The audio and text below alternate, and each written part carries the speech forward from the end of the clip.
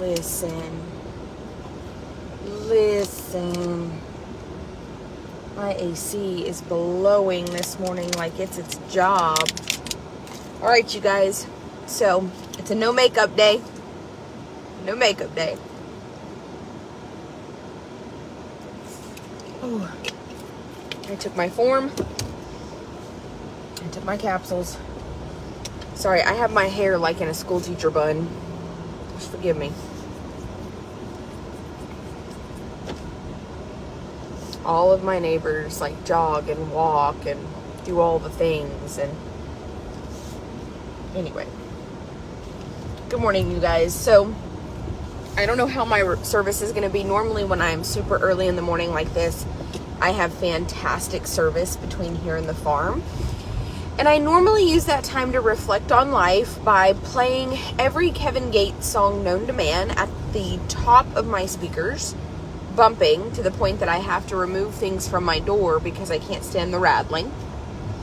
But this morning I've chose to go live and see what you guys are doing instead.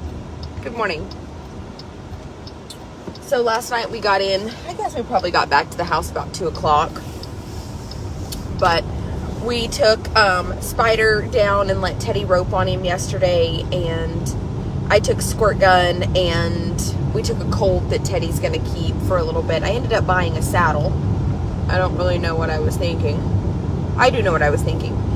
I was thinking that of every rope saddle I've ever sat in, when I set my ass in that saddle, and Squirt proceeded to try to buck me off not once but twice, and I didn't fall off, I needed that saddle. So Squirt was quite full of himself last night, and unfortunately nobody caught it on video, because when he started, everybody knows he'll hump up, and then he can be a turd bucket. So when he started humping up, of course, they stopped the camera, and I was like, why? It was hilarious. So anyway, he was being a turd bucket. But I love him, and I love his attitude, and I love that he thinks that he is the boss. He went down there last night and just proceeded to let everybody know who he was. Everyone in the world needs to have the confidence that Squirt possesses. Squirt has the confidence of a literal king. Like, he just has no idea. So anyway, I don't know that I probably will competitively rope. And I say that, but that doesn't mean I won't. God, I just got another freaking rock. I got another rock out of my elbow. God bless it. Oh, hang on, let me make sure I'm not bleeding everywhere. Yep, a little bit. Not too bad. Man, it's like paper cut stingy. You know what I mean? Like, I knew it had a little scab on it, but the scab kept, like, I don't know, not wanting to lay down. And anyway, it's really bad.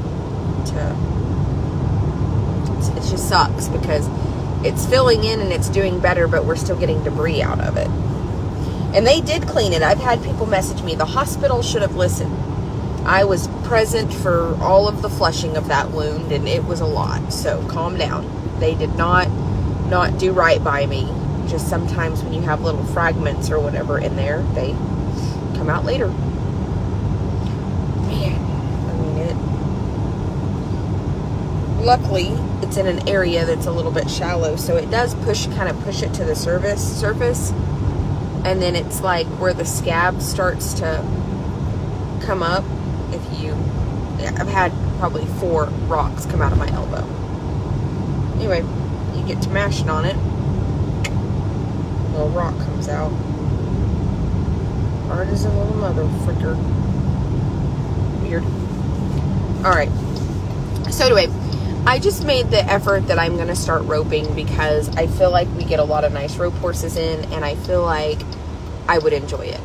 I just do. And somebody was like, you've never roped a day in your life. And I said, yep, but if I start today, in 6 months, I'll be really good at this.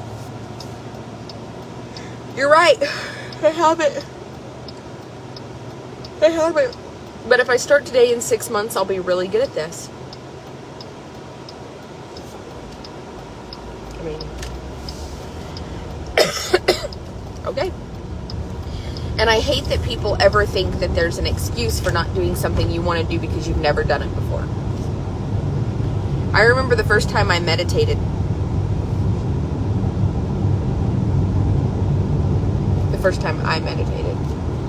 I went and found just a quiet place, and I'm telling you, it was murder for my brain. I had to sit there, you guys. I had to sit there and I had to be quiet with myself and listen until I could silence the thoughts in my head, and it was awful. I think I made it like 3 minutes or something. Like, I think I made it 3 minutes.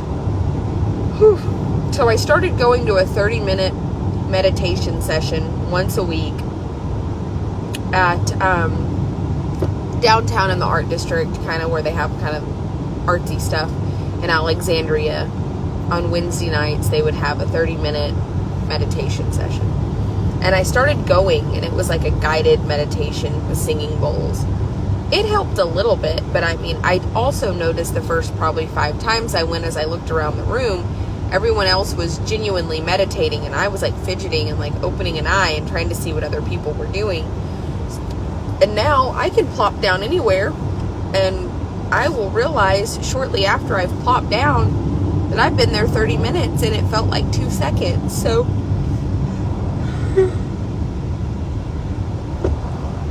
and let's talk about just other things in life. I mean, you don't lose all the weight you need to lose in a day. You're not going to get good at meditating in a day. And I'm not going to just be fantastic at roping in a day. But I will tell each of you, I hope that it gives you a little confidence to just go and suck at something. Like, the person that I was talking to was like, you never roped a day in your life. And I'm like, yeah, but if I start now, they were like, oh, yeah, but it's so embarrassing. I'm not embarrassed. Every single person around me knows I've never done this.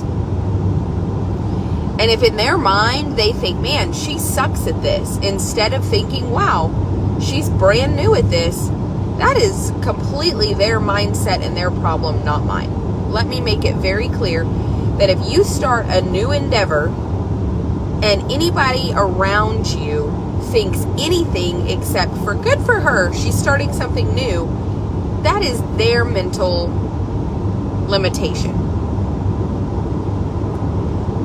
There are people every day that pick up doing something that they miss doing because they just enjoy it. And that's great. I've got a really good friend that lives in my neighborhood. We've had dinner a couple of times. Super, super, super fun doctor. And he recently took up golfing after not golfing since college. And he hired a little guy, I think once a week or whatever, just a little swing coach, I think, as he calls it, his swing coach. I don't know if that's the appropriate name for a golf coach or not. But he calls it his swing coach. He asked me if I wanted to go golf, and I told him, listen, my dad is a fantastic golfer. I golfed all during high school. When we go play putt-putt golf, this is the God's honest truth, I'm the fucking GOAT. I have the most brilliant eye-to-hand coordination. And I laugh all the time and say I'm not very athletic, but the truth is I can bowl, I can golf, I can do a lot of things that require somewhat of an athletic ability that's not based on running, okay? I don't fucking run, and I haven't run since high school, and I ran track, and I was decent. But I've broke both ankles, and so I should stop saying, and this is something I was told last night by a friend of mine, and I was very grateful, stop saying you're unathletic and just say it what it is. You are extremely athletic. You have great eye-to-hand coordination, but you don't want to run anywhere. That's right. That's why I fucking ride horses. Let them do the fucking running. They're not wrong. So anyway, it's all about perspective. So he's been going, I'm sure he's been going to practice a day or two a week because he's really getting into this. Bought new clubs, the whole 9 yards, golf shoes. Goes this swing coach or whatever. And every week, because between practices, he keeps being told things like, man, you're like a natural. You're a great golfer. I'm sure the money is great and the guy also likes whatever he's being paid. So he just keeps saying nice things. But he also puts the work in. Like, if he goes to his swing coach on Tuesday, he's going to go golf on Thursday and Saturday morning. And what's kind of cool is his buddies encourage it. Like when they go golfing, none of his buddies, but they're all highly educated. Most of them are doctors or pilots. The other night when we were at BJ's, there was a group of older pilots there, and I knew that they looked familiar. And anyway, my neighbors and I had dinner at Montez's one night, and his name's Mark, by the way. And anyway, one of those pilots is a really good friend of his. It's also a neighbor, like 3 houses down. And he was like, yeah, I saw her, and I started to say hi, but I wasn't sure if it was her. It was me. Anyway, super nice group of people, really educated. And I'm going to tell you that I've about decided that the more educated people are, the easier life is for them. And listen, and it's not because of the money aspect, it's because of their mindset. It's because of their mindset. So before you tell me, oh, Tara, of course life's easier for them. They're a doctor, pilot. They have money and all their listen, they didn't become a doctor or a pilot by being weak-minded. They became those things because they had, at a young age, where most of us were partying and throwing this booty around, they had the structure and intelligence and everything else that's necessary, dedication to complete school. Sorry. And not a little bit of school, a lot of school. They have the dedication and the perseverance and the mindset to complete a lot of schools, you know. So at the end of the day, I want you guys to know, like, let's be honest here. Genuinely, let's be honest here. They've had to have a little bit stronger mindset for a long time. So what I've started to discover when I start to surround myself by people that are maybe not quite as educated and maybe not quite as successful, because I have recently surrounded myself by people from all walks of life, I have found that the men in my life, the friends in my life that are highly fucking educated,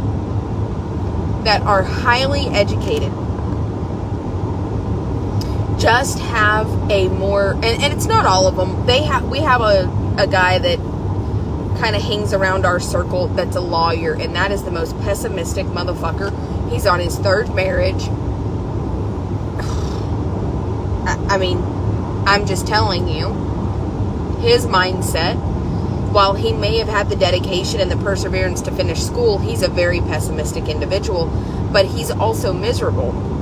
And I can also tell you, he's the only one that when we regularly go and do stuff, he's the one that every once in a while is invited. But man, I can tell that everybody's a little like, when he gets there, and that was also eye-opening, because he's the one that the chips have too much salt, his drink is not right, the waitress's pants are too tight. I mean,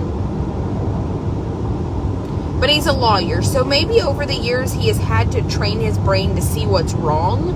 I don't know. I'm just making excuses because he's otherwise a nice guy, but not good. And I'm going to tell you that my friends that are lawyers and doctors and pilots and those things, they do have a little bit more of an arrogant air, and they've got a lot more confidence. Even the lawyer, he might be extremely pessimistic, but something that I've learned from this group of people is confidence. Confidence, confidence, confidence, confidence, confidence. And I can also tell you that the one guy the other day said, man, you know, have you ever noticed, and this is the truth, that when we all have conversations, we talk about things, and it's always meat and potatoes. I don't know that I would be where I am sitting in this car today without that group of older gentlemen. And I feel very honored that I get to pull a seat up to that table and that I don't annoy the absolute fuck out of them. But I also can read the room, and I will tell you, when I go places with them, it's not, it's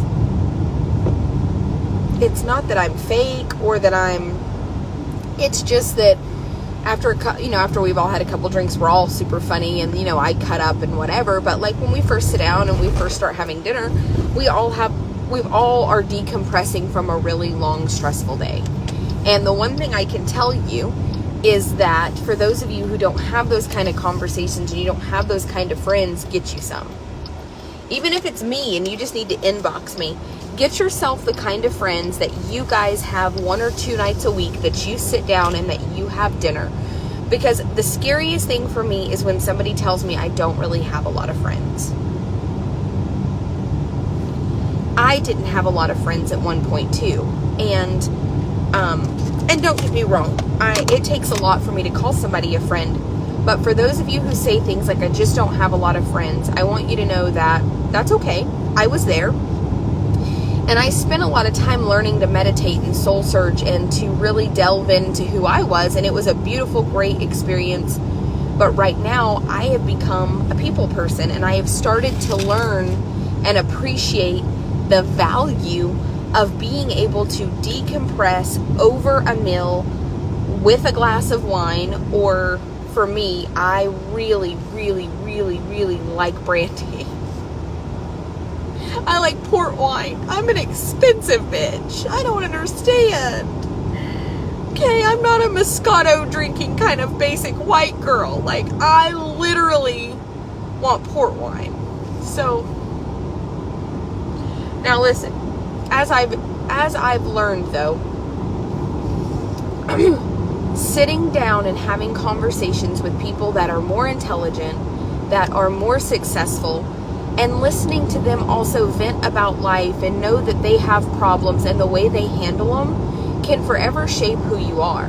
If you sit down and you're always the smartest person at the table, the smartest person in the room, the most successful, it's very hard to grow and develop. And I'm going to tell you right now that I've found with people that don't have friends that truly problem solve and that truly help you to understand you, they want to tell everybody. Like, for instance, they'll be like, well, I talked to so-and-so, and I talked to so-and-so, and it's always these real shallow conversations instead of it being these really deep conversations. And I'll get to say this right now. I've had some of the most deep intellectual conversations. And you know what else I've learned? I've also learned that while marriages don't always last, there's two types of people in the world. There's people that marry the hustle and the wanting to provide for everybody around them. And there's people that are more complete by being in a relationship, and those people tend to not, those people tend to maybe not be quite as successful, and if they are, they tend to not be quite as happy because they're constantly basing their worth and their happiness on the affection of other people. So that's just, from me, just a standpoint of me standing back and just watching and seeing a little bit of everything. But I don't know which one I am. I don't know. I know that I like to work. Ya girl likes the grind. Sometimes I just think when I'm not happy or I'm hurt, if I just fucking work harder, the pain will go away. And that is a true statement for me. Like, if I just fucking work harder, the pain will go away. If I just fucking work harder, I will make whatever it is go away. And that's been a lifelong thing for me. I think it started when my boyfriend in high school, the one that I dated for so long, when he died, I think that I never focused on it. I just worked harder. Because you have to remember that at such a young age, you kind of feel like your fairy tale, or your whatever was just completely robbed of you. Like, you were robbed of that, that you didn't get. That's something that was just taken. So I think I always just occupied myself a little bit more. Looking back on it now, I will tell you that I totally may not understand, especially for his mom, being an only child, things like that. I may not understand that aspect of it, but I can tell you that I really am okay with where my life, I love the people around me now, and I love Tinley, and I love those. All right, you guys. So as I look back, now it's like, I'm grateful though that I didn't just allow something that's so gut-wrenching and so life-altering to hinder me from being able to live my best future. I mean, that's the thing. Like, I didn't, and so I love you guys, and if you have a lot of trauma in your life and you're thinking to yourself, like, yeah, well, I'm not happy because, or my life isn't what I want it to be because, there was moments in my life that I could have stopped and said, well, we had a plan. Like, we had a plan. I mean, because when you're in high school and you're in love, what do? You make plans. You're getting, you're going to go play baseball. And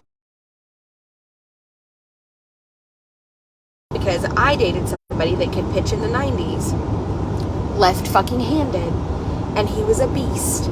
And it was awesome, and he was so talented and athletic and amazing, but we were young, and we were stupid, and we partied together a lot, and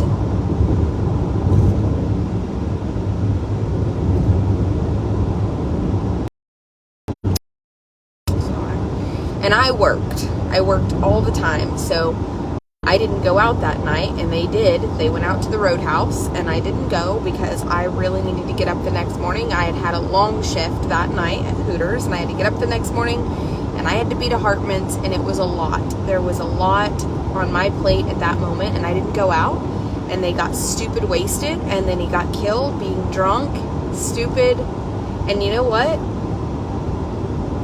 I had people ask me, like, were you so mad? Like, I wasn't mad. That's what kids do. Like, that's what dumb fucking kids do. They do dumb shit. They get drunk, they go party, and nobody ever thinks those things are going to happen, even though we're told. Every drug addict knows before they ever do a drug that overdose is a thing. They know that you can get so addicted. We've all seen every meth addict in America. Yet people still will pick up a meth pipe and try it.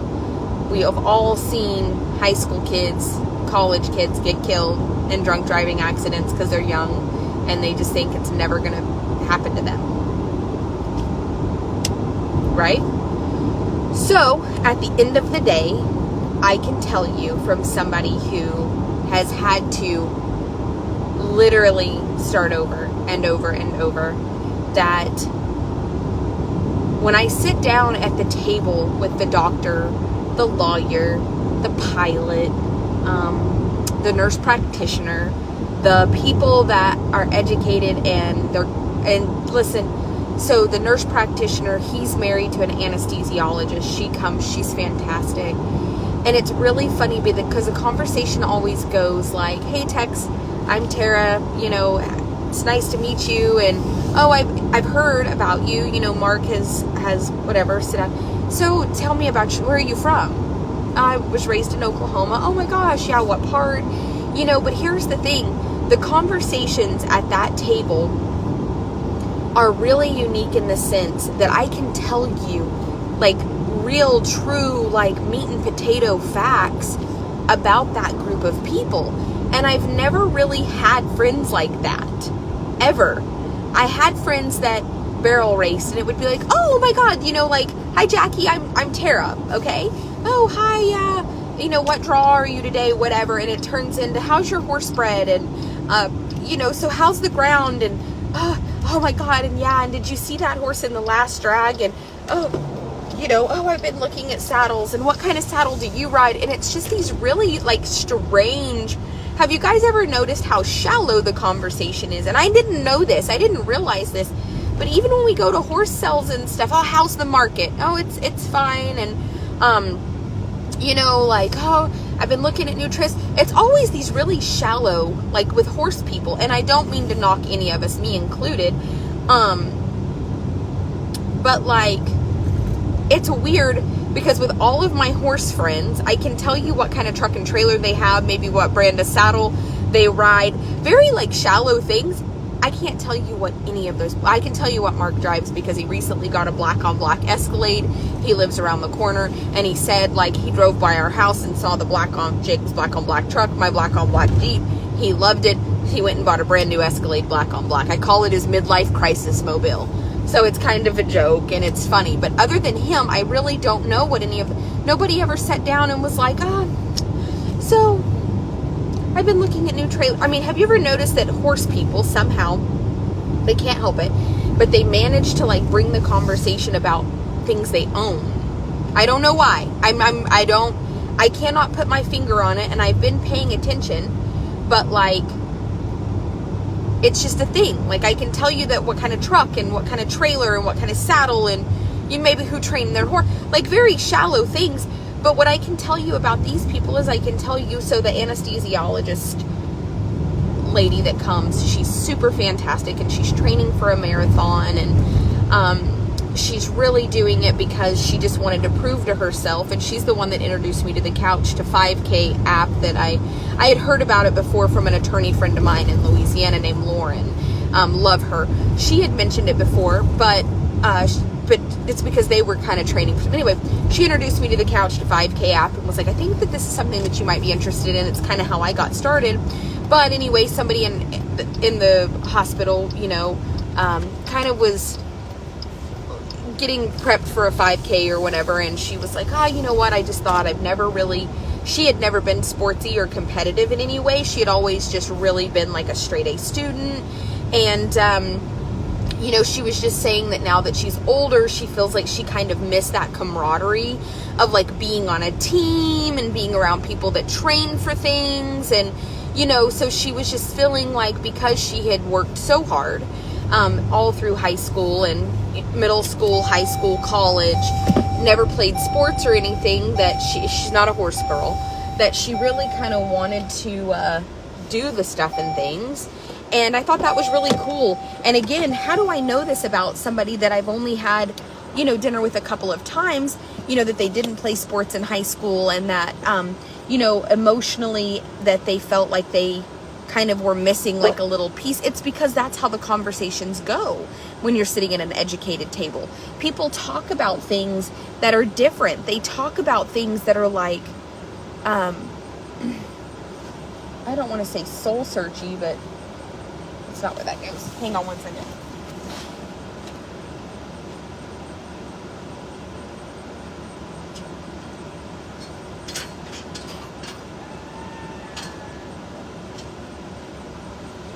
Sorry, with Tylen being gone, I got my ass out of the bed and went ahead and skipped 90% of the things I needed to do in the or that I normally do in the morning, and just brought my ass on because I'm fixing to start saddling horses.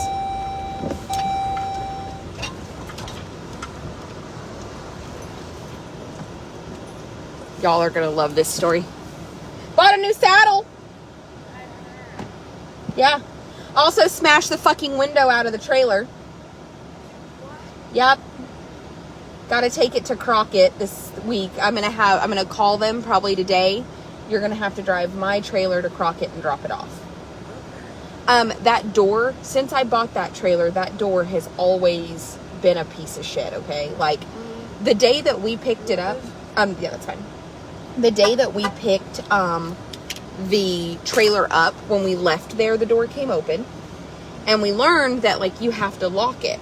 You have to lock it because when you go down the road, for whatever reason, it'll vibrate. Yes, and pop open. Yeah, because so last night I didn't have the key to it. The key to it's in that truck. Oh. So my arms aren't long enough to slide the window open and reach in and lock it. So I shut it, and I made sure I jerked on it. We get like 20 minutes from there, that motherfucker pops open. And listen, it hits and doesn't shatter. It waits until I shut the door and go to slam it to bust out all over the top of my head. Like, it was shattered already from hitting, right, but it didn't break out. And when I'm telling, there I stood with just glass all over me, and I was like, fucking son of a fucking bitch! No! And I'm telling you, I told Jacob in that moment, you have wanted to trade this trailer in. I love this trailer so much. It has been the most reliable trailer. But I'm fucking over the door. Your credit score is over 700. I have worked on that Listen, get you a woman that loves you so much that she works on your credit so fiercely that you wake up one day with a 712 credit score and you don't know how you got it. Right? Yes. Mine the other day I looked at his back pretty good. After I bought the truck and the Jeep and the stuff and the things and the tractor and I looked one day and was like, oh, I am not proud, but it's back over 700. But I told him, if you're trading my trailer in, and because he wants to get a 32 foot. Yeah. With a 28 foot on the floor and a 4 foot tack room. And then he saw one that was a 36 foot, that was 32 on the floor, and it just keeps getting bigger and bigger. And I reminded him, I have to pull this, not you. I have to, 9 out of 10 of the times, me. And I will run the fucking curbs over at every gas pump, take a fucking fender off. Don't forget that I'll be trying to find Kevin Gates and clunk, clunk, clunk. Whoops. Yeah. So I told him, are you sure you want to trade this one in and not the Barrett and the Sooner? Are you sure you want to trade in? But then when that window busted out last night, I was like, fuck you, Betty, you're out of here. Yeah. Your last straw.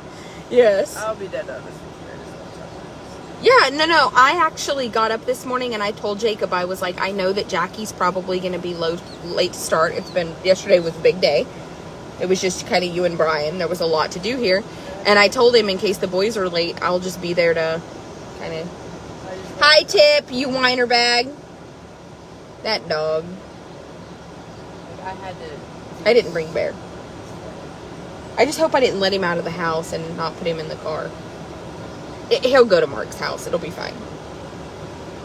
Listen, Skeet chased me. We've got to get the collars today. Yeah. No, she chased me all the way to the corner down there where you turn to go left. Yeah, and you know what? All the way down there to get fucking laid. Listen, once she got all the way down there, those dogs chased her, attacking her. Yeah, they did the same thing to him. Because she's coming out of here. Well, they chased her, and I told Jacob, that's it. I'm getting her a shock collar that has a fence line. And if nothing else, if we can just keep them from going through the front gate, that'll keep them... Yeah. Idiot. Goddamn, what was it? I just saw that. I was looking at it last night. There was this... It's like Spot On or some shit like that, where you can do it through your phone. It's a collar. But anywhere you go, you can make a fence. Okay, well, I don't care. I just know... How much that was. I don't know. I know that they had some that were like 300 foot. You know, it was like two little things and they could reach up to 300 foot. And I told Jacob they were like $3.99 and that came with dual collars. Another collar was $99, so it'd be like $500. But they had one that was like, there was one that was 100 foot and it was like $190. And then the collars for that one were only $39.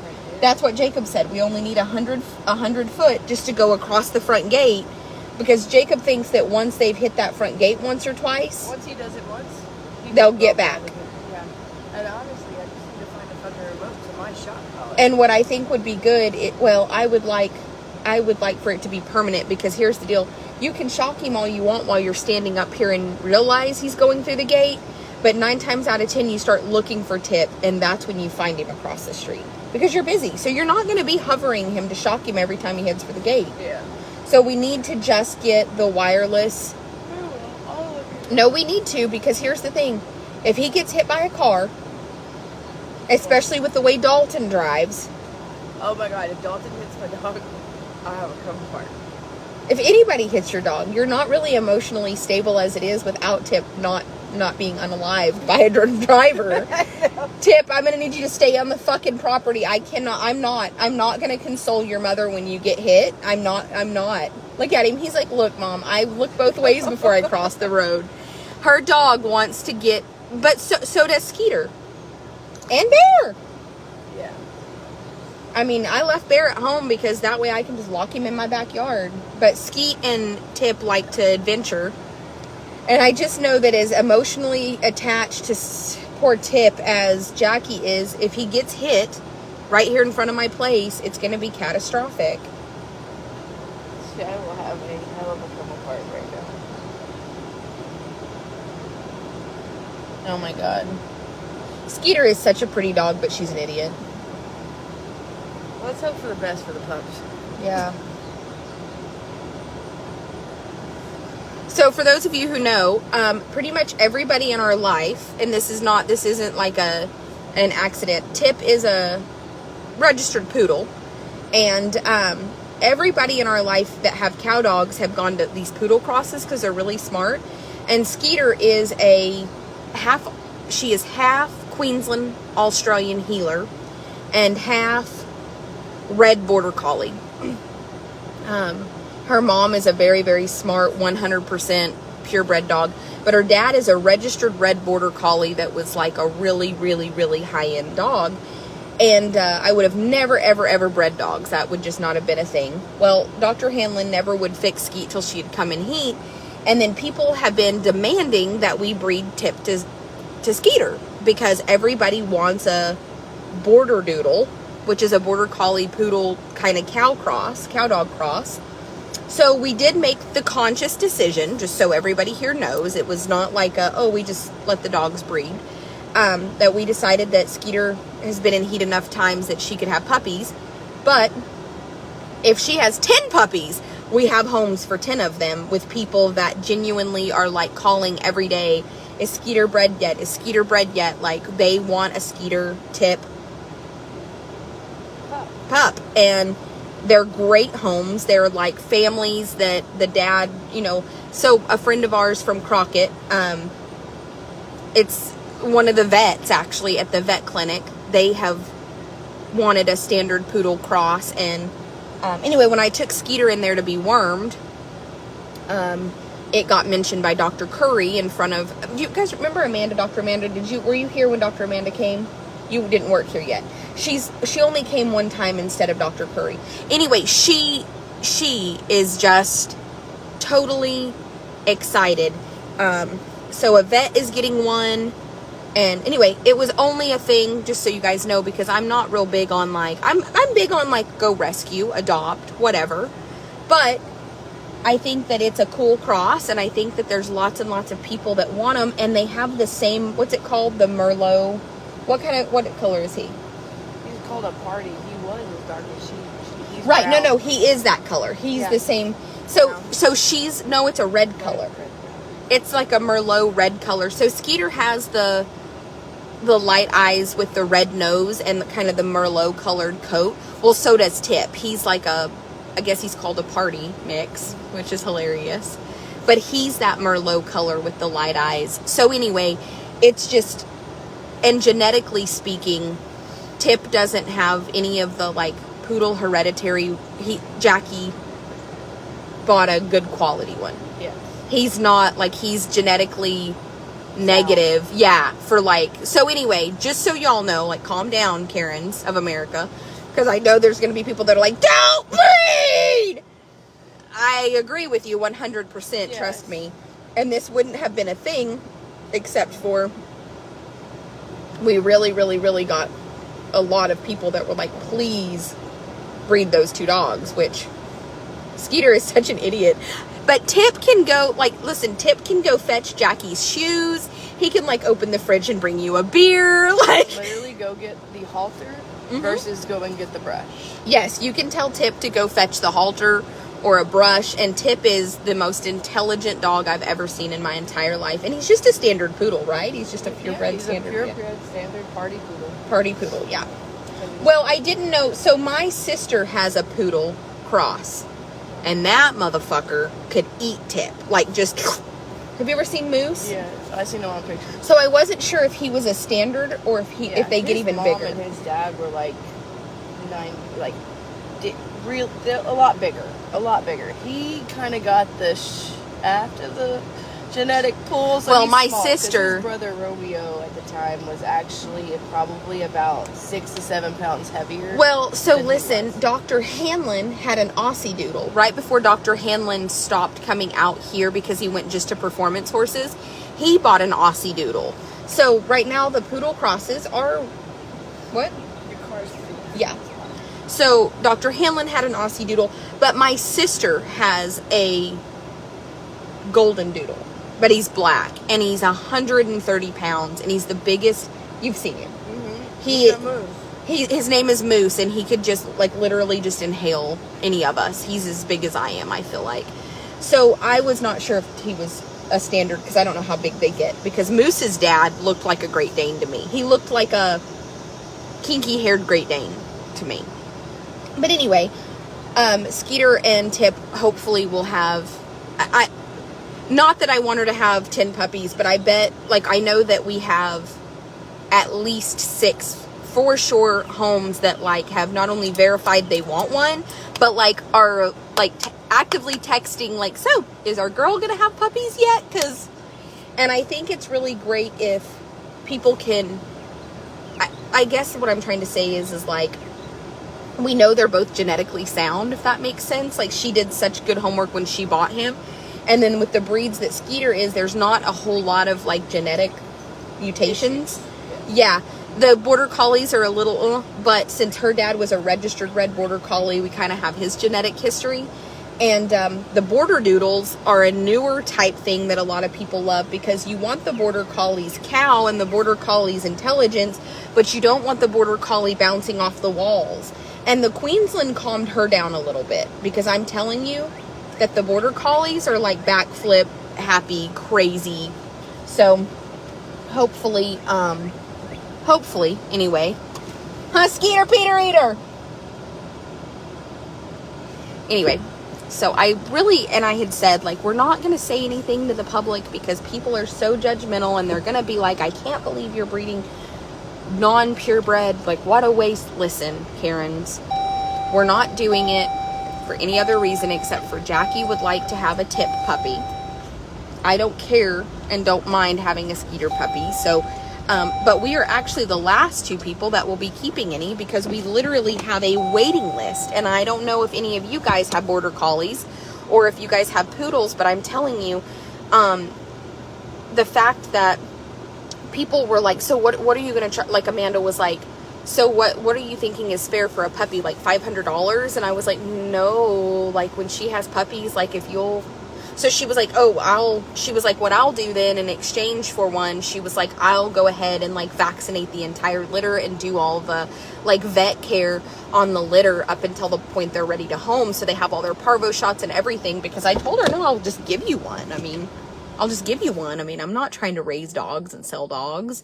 And I've always been the kind of person that every dog I've ever owned was free. Bear was free. Violet was free. Skeeter was free. And then, you know, obviously thousands of dollars of vet bills later. But, and just like the guy that, I have another friend that lives, in Palestine, and he fell in love with Skeeter, and he tried to buy Skeeter from us. He begged us, and I said, I cannot sell Skeeter. I am so sorry. Not only because I paid thousands of dollars on her leg, but she's my daughter's, and my daughter does love her, and my daughter would be mortified if she came to the farm and Skeeter was not here. So I cannot sell you Skeeter. And he was like, well, if you ever decide to breed her. And I said, actually, Jackie and I talked about breeding her to Tip, because Jackie wouldn't mind having one Tip puppy, and she would like it to maybe be a cross, you know. And he was like, he didn't shy. He wasn't like, I just want a straight cow dog. He was like, a friend of his has some hog dogs, and they're half poodle, and they are the best dogs because they're easy to call off. They're very trainable. So apparently poodles are so highly intelligent that so one guy that's getting one, he bird hunts, and his entire group of dogs that he bird hunts with are, all poodles, and they're kind of mean. So anyway, his wife loves poodles. Obviously they have them, but she is so excited about the cross, and they want one because it's going to be for her and the kids. And he said that it would be cool to have one around the house that he could train and play with, but, you know, can be a house dog as well. So it's kind of neat that he has purebred poodles that he hunts with. I didn't know they were a hunting dog. But anyway, as soon as he heard Border Collie Poodle cross, he was down. So anyway, it's really funny that the dogs have, like, people that are, like, literally calling, especially with the color, because they're going to have, with Tip and her both having the caramel colored eyes and kind of that Merlot hair and the red noses, they're going to be really a good, like, color, I guess, for lack of better words. But anyway, there you have it. Also, my neighbor Mark, who is a doctor, is dying to have a poodle cross. And I told him, living in town, I didn't know that he would love a poodle Border Collie cross. But he actually you know, with his golfing and stuff, he's kind of excited because he sent me the other day where he was like, hey, when the puppies get here, I found some, like, they have these dog training courses or whatever in Tyler where you can go, like, on Saturdays to the dog park, and it's like obedience training. And he's heard from a lot of people that the border collies and the poodles are both really smart. And he was like, as it gets older, there's a club in Tyler, Texas that does like dog agility stuff, and it's like they have like little camps where you can bring your dog. And my neighbor Mark, but this is just again the difference in people that just talk about basic stuff and people that like are very like, he can't wait because he's already like finding a dog, like puppies aren't even a for sure thing yet, and he's like already got like dog classes, potential dog agility. You know, I mean, I told Skeeter, I was like, babe, you're going to have like at least 6 puppies. And that's if Jackie and I don't get one, because I have like 6 people that are like, is my dog here yet? When's my dog going to be born? And I'm like, so for people that raise dogs, I get it.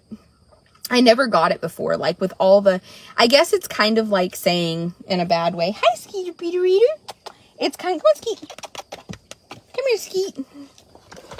For those of you who don't know what Skeet looks like, if you're new here. Hers is real cute red border Tallie. I want to tell them I'm a half red border Tallie, and the other half of me that's not border Tallie is Queensland Heeler, and that's kind of a bad girl, and I don't mind a lot, but anyway, I get it now because I guess it's like saying, and people do this all the time, will say things like, you know, don't shop, adopt. But it would also be like saying, Terry, you and Jacob should not have another child. You guys should adopt one. Like, no, if you know what you want, you know what you want. Like, people want these half poodles, border collie crosses, and they're not on every corner. And I can now see why people raise dogs, just because what you guys also forget is that there are so many responsible homes out there. And what I really like is that everybody that is wanting a puppy, like, already has a dog or has had dogs in the past. So it's not like they're like impulse shopping, like they're getting a dog and it's something that like it's going to be a forever home. So it's kind of neat. It's neat. And it's kind of like rehoming the horses. It's like a very fulfilling thing to know that people are like excited. But with that being said, after she has these puppies, we are having her fixed. So 1 litter of puppies and then she's being fixed. We're not going to like do this over and over and over and over and over again. In fact, I would have already fixed her had the vet not talked me out of fixing her that young. So, see, this is why I'm going to, from now on, spay and neuter your pets immediately so that you don't get talked into a year into owning it to breed it. I actually said that. I was like, if I would have just fixed her and gone against Dr. Hanlon's recommendation of just waiting. He never said like don't fix her. He just kind of said like some vets like to really let them have a heat cycle or 2 or grow up, and it's not like he ever said, so please don't ever think that he, but I mean I'm not backpedaling, I'm just saying he never said not to fix her, and he never said that he wouldn't fix her or not to take her in and have her fixed. It was more along the lines of, hey, most vets like to let them come into heat once or twice or whatever. But it just turned into a, now everybody wants a Tip and Skeeter puppy. So, like I said, she's going to have at least 6 of them for us to have homes, because we have 6 homes. And I don't know if let's say she has 2 puppies. I have no idea what we're going to do. We're going to have to like rock, paper, scissors. I know the vet gets one because she's willing to fix her and then do like all the parvo and stuff on the other puppies. Literally.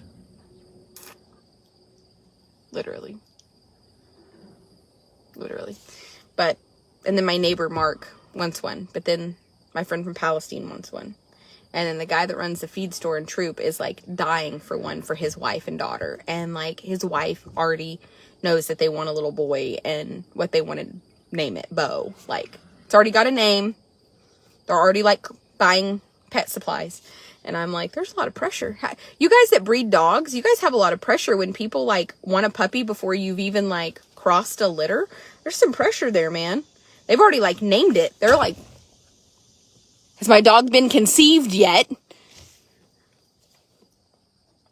It's funny. The one thing that the guy that owns the feed store, his wife did say, like, I know she's a farm dog, but like when she has puppies, you'll let us know, like, as soon as she has them, right? So we know its exact birthday. Yes, with all the things I have going on in my life, I will make sure to notate that the moment that Skeet gives birth, you need to know. So you, and she's like, well, I just want to make sure, because, you know, like, farm dogs might go have puppies, and she's like, not that it'll matter if the birthday was like the 10th or 11th, but if she had them in the middle of the night and you wake up the next day and they're there, like, she may have actually had them like that. And I was like, yes, this is why you deserve a puppy, because, like, you want to be able to celebrate its actual birthday. Not it was born last night and might have been born either day. Like, I'm serious. Like, for those of you that deliver puppies in the middle of the night and, like, half the litter was born before midnight and half the litter was born after midnight, how do you handle that? How do you tell your customers, by the way, your puppy was born at 11:59, so it's born on the 8th, but your puppy was born at 12:01, so it was born on the 9th. Don't worry, I've already prepped Jackie that she has to manage this, and with each puppy that comes out, write down the exact time, date, because their homes need to know these things. Anyway, I don't know how we got off on dog talk, but I will tell you I'm fixing to saddle horses and start riding, and I'll be riding a little bit. I'm going to ride my Linger this morning. For those of you who don't know, Gordito, my half Linger, and probably Cabernet and a couple of others, and I'm going to start riding on camera a lot more. I've realized so many people, not that they don't respect Tylen or love him or love my staff, but I had a much better relationship with my customers when I rode every horse myself. Now, I may still let Tylen do a lot of the videos and stuff, but I've had customers from the past that they're ready to buy again. And I have tons of repeat customers. If you guys ever notice, no matter what you read about me online, just remember, if it was all true, how do I have so many repeat customers? So many people will say, this is my 3rd horse. This is my 4th horse. I'll never buy from anybody but her. And for the largest part, I rode. If you guys remember, Sam and I would both. I mean, we both rode them. We both would give our opinions. Charlie and I both rode all of them. Jacob and I used to kind of ride through them. So fast forward to today, I don't ride a lot of the, I just don't ride a lot of the incoming horses anymore because I'm busy and I have a lot of other things going on. But I'm going to stop that, and I'm going to start, even if it's just when Tylen steps off or whatever, I am going to start making a conscious effort of saying, you know what, I stepped on that horse and this is what I think. Because right now I find myself saying, I'll talk to Tylen. I videoed that horse, but I didn't ride it, so I can't. And there's no reason. I am a good horseman. I ride great. And you know what? I tune a lot of the traders up. And there's no reason why I don't. There's no reason why I don't. Other than I just have been short time. I did buy us a horse last night. I went to, God, I don't know what's wrong with me. Let me just start here. I don't know what's wrong with me. I think that I have a compulsion problem. I went last night to rope. Squirt tried to buck me off. I absolutely loved the saddle that I sat in. It was a cheap saddle. It was not a high-end saddle. And I thought, this is the perfect saddle for me to learn in. A couple $1,000s instead of thousands of dollars. And it was made by a guy that owns Tres Rios buckles, but he has started a saddle line, and it's not one of the production saddles. It's one that he handmade himself, I guess. So it's got his signature instead of just being like a Tres Rios, like line production.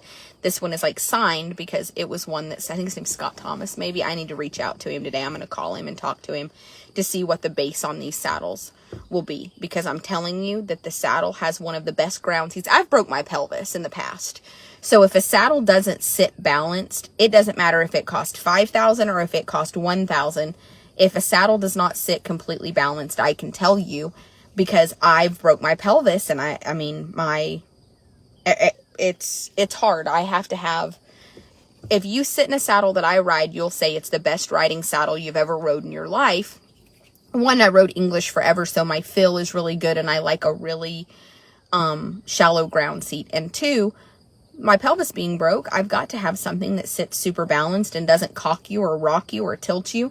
And anyway, when Squirt started bucking, I couldn't reach my stirrups. I mean, I could reach the top of them, like where I could kind of get my toes under, but I couldn't reach the base of the stirrups.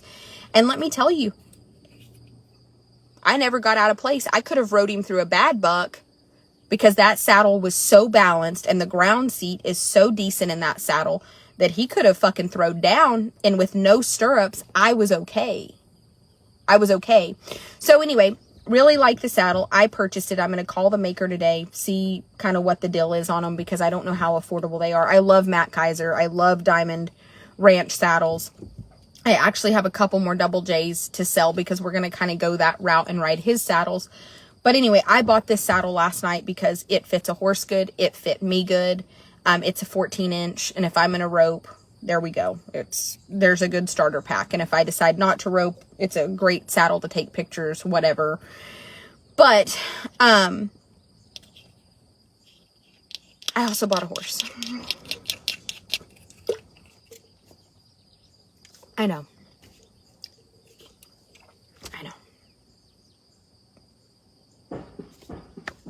Anybody want to laugh? Anybody want to be like, how did you go to a roping practice and you purchased a horse? Let me tell you that story too. Okay, so we go down and unload the horses or whatever. There's a guy there and he's talking about how he bought a really, really, really expensive pony, like 14.2 hand tall pony. I don't even know if she's that big. I had to stick her. 12-year-old pony. And they gave a lot for her. His daughter's in junior high, like maybe 12. Anyway, they don't know. I mean, you know how some people, and I hate shit like this, because I feel like when you meet somebody and you talk to them and then them or their wife stumble upon your videos, you never want somebody to feel like you're talking about them, or that you've bashed them, or that does that make sense? Like, I don't want, this isn't like a personal attack. Anyway, let me just go back. So they buy this 12-year-old pony for their 12-year-old daughter, and she's a bad bitch. Like, the little girl that had her before made the junior high national finals on her in the barrels and poles, and the pony has run a 19.9 and a 20.0 in the poles. So you have to understand that this pony is a bad motherfucker. Like, this isn't your average, like, barrel and pole pony. This is a wicked bad little bitch, and with a good rider, she can throw down some 19-second poles, and that's world record fast. This is not a slouch. This is not a... So please understand so they gave a lot for it. They've owned it a year and a half now. And now all of a sudden, like, the pony's running 21s in the poles. You know, it's slowing down. It was a right-handed barrel horse. Now it's going to the left because it got to where it was, you know, and the whole time I'm listening to everything they're saying. And he's like, I'm just going to take her to the sell barn because now she's kind of not wanting to go in the arena. So anyway, as we get to talking, she's kind of turned out in the pasture and, you know, he ropes. So his idea is ride her harder, put more bit on her, slam her in the ground, get her attention. And the problem is the more and more bridle they put on her and the harder and harder and harder they ride her, the worse and worse and worse she's getting. And so now this $25,000, no joke, $25,000 barrel pony is like, it's running 21s and 22s in the poles, and it's running mid 3D in the barrels, and it's kind of wanting to step by the first barrel to the left, and to the right it's wanting to crowd the first and really kind of want to shoulder. And anyway, out there in the pasture, they bring her up, and I hate it because before I could tell them don't do it, she had a broom about this long, you know, a witch's broom in her tail, and they whacked it out. I about threw up because Tylen and Jackie would have taken time to... I wish that I was like, no, my staff would have got it out. But anyway, I ended up buying this pony. I told him, if you're going to take her to the sell barn, just sell her to me. And he's like, if you want that bitch, you take her. So here I am. All right. So anyway, brought her home. And I can just tell you from just being around her, she's got maybe a stuck follicle or something, you know, like she's come in and out of heat. And I'm going to put her on that no drama for mares to kind of help her with her heat cycle. But this bitch is fucking sore from her nose to her ass. I mean, she's body sore. Her feet aren't balanced. Her hocks need injected. And this is a pony that was running 19-second poles, just fucking knocking it out of the ballpark. One of the nicest barrel and pole ponies going. And you just have somebody that's owned her for 1.5 to 2 years. And they'll own her 2 years in October. So not quite 2 years. But like, when she was 7, 8, 9, 10... like literally the baddest junior high pole horse going.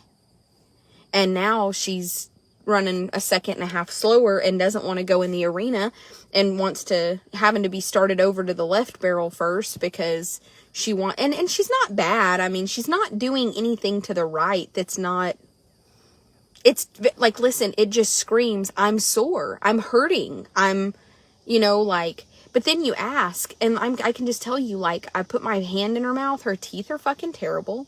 As I went down her rib cage, she's got ribs stuck in inspiration on both sides. So then when ribs are stuck in inspiration, it's hard to breathe. It makes their diaphragm be wonky. So she needs somebody to get underneath her and get those ribs out of, back normal, where they're not stuck in inspiration, and mobilize her diaphragm. I mean, please understand that it's not like I didn't say, wow, all of her ulcer points are trigger points, and everybody says horses have ulcers. Some people, have you ever met somebody that's like just such a fucking know-it-all? Anybody? Like, they know everything, and no matter what you tell them, you're wrong, and the horse is just a piece of shit. Like, you're wrong, and she's just fucking counterfeit, and paid so much fucking money for her. And I'm sure he just kept saying, I bet they had her hopped up on drugs. They had her hopped up on drugs. No, I'm sure that they did not have the fucking kid pony that their 10-year-old, 11, 12-year-old daughter was junior high rodeoing on hopped up on drugs. Like, while they might have had her on something to make her stronger and to help her, I can tell you that this pony's problem isn't that they were giving her drugs to make her run faster, that you just secretly don't know what they are, because this pony has bad teeth, sore hocks, ulcer trigger points, ribs stuck in inspiration. And the next problem is he was like, so now you're just telling me she's crippled. Well, what do you want her for? I never said she was crippled. None of that equals crippled. None of that equals lame, crippled, fucked up pony. That is literally just, she needs to be maintained. Have you ever seen the locker room of a college football? I have a friend that, I kind of dated him, super nice guy. I dated him when we were like mid-20s, early 20s. Now he's a football coach. He's a high school football coach, and he takes, this summer, while they're on break, the high school that he coaches at is kind of known for their football program. And they went and stayed at a college for like 2 weeks. Him and they had a football camp, and he coached at that football camp, and like 20 students from the school got to go. And the locker room, they had hot tubs, ice baths, every device known to man. The weight room is like something crazy. I think they went to K-State. So K-State is also kind of known for football, but I'm just telling you, professional athletes, college level athletes, it's not only dietary, but it's also like pre and post workout recovery. Like, it is pre-workout, getting your body prepped, warming up, getting ready for that, and then post workout recovery. And what I think with horses is that we're getting to where we're so competitive and we're demanding the absolute most out of them, to the point that we forget that they are athletes, and we have to do the pre and post workout stuff. Like, you can't just swing a leg over these motherfuckers and ride them one day a week and go ask them for their life, okay?